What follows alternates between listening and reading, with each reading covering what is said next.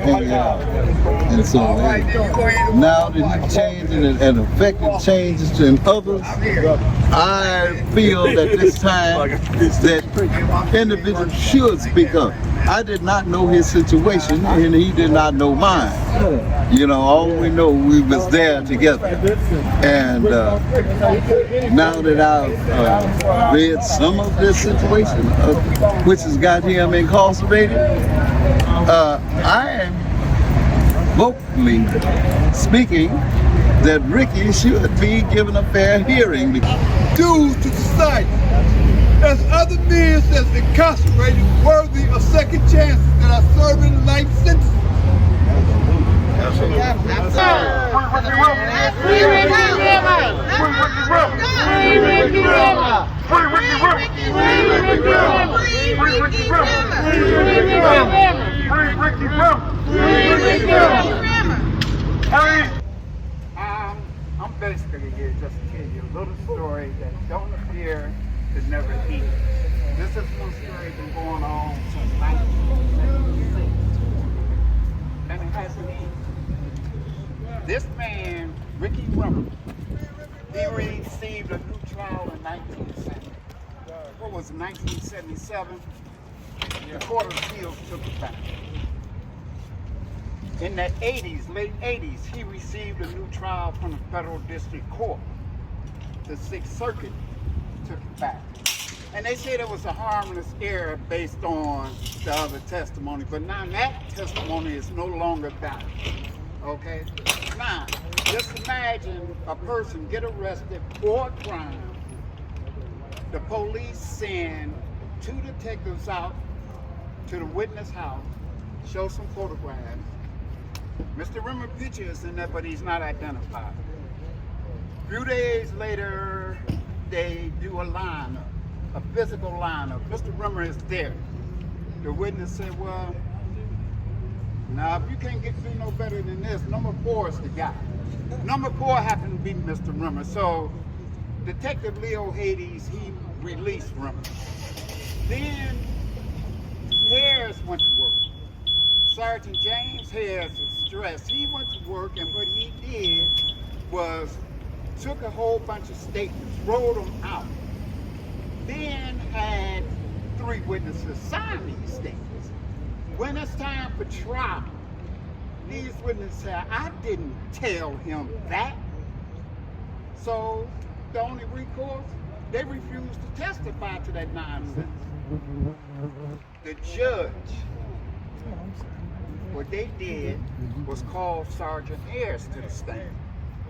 And Sergeant Harris saying, I'm a police officer. I'm basically telling you the truth. These guys, they told me this, and I wrote it down, and they signed it. That's right. Let's go. Now, based on this, Mr. Rimmer been in prison for almost 50 years. No other evidence. Free Ricky. Free Ricky. But I can tell you this. Remember when I said 2 officers went to this witness house? Yeah. This is how Leo Hades worked. And Harris, because one witness came in and said, look, during trial, the jury was taken out. He said, look, what I said at the preliminary examination was a lie. And it was a lie because Leo Hades and James Harris told me that this guy had killed my little brother. I wanted revenge. He sat up there and told the whole courtroom that, the prosecutor, the judge, but the judge said he took the jury out so they wouldn't hear. Then he ruled.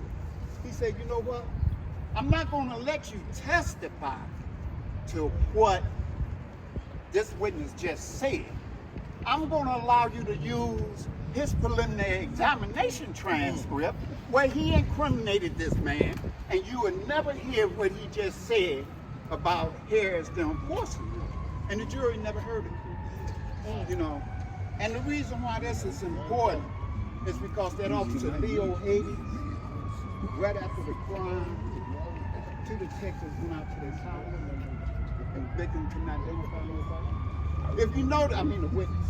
If you notice, that witness couldn't identify nobody at the live lineup. He said number 4.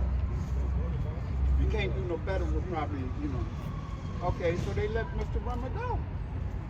But it came back to hunting because this is what Hades had set up. Just take this. 48 years ago, those two officers that went to that house and showed those photographs, to this day, don't nobody know who they were. Even the sergeant in charge of the case, he said, I didn't think nobody went out.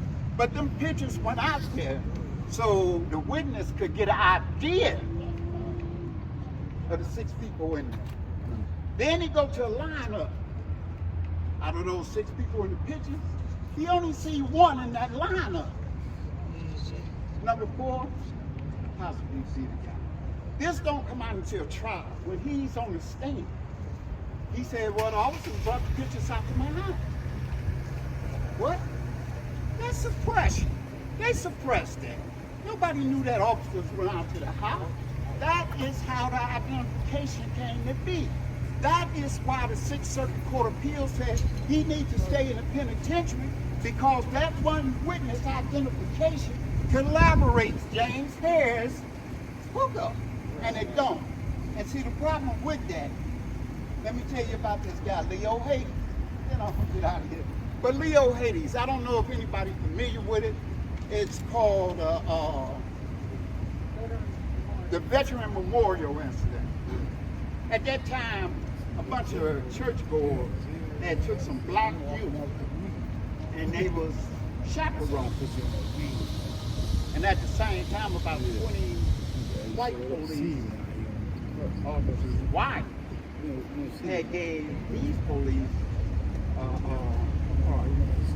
and when this occurred, one of the bathrooms in the building broke.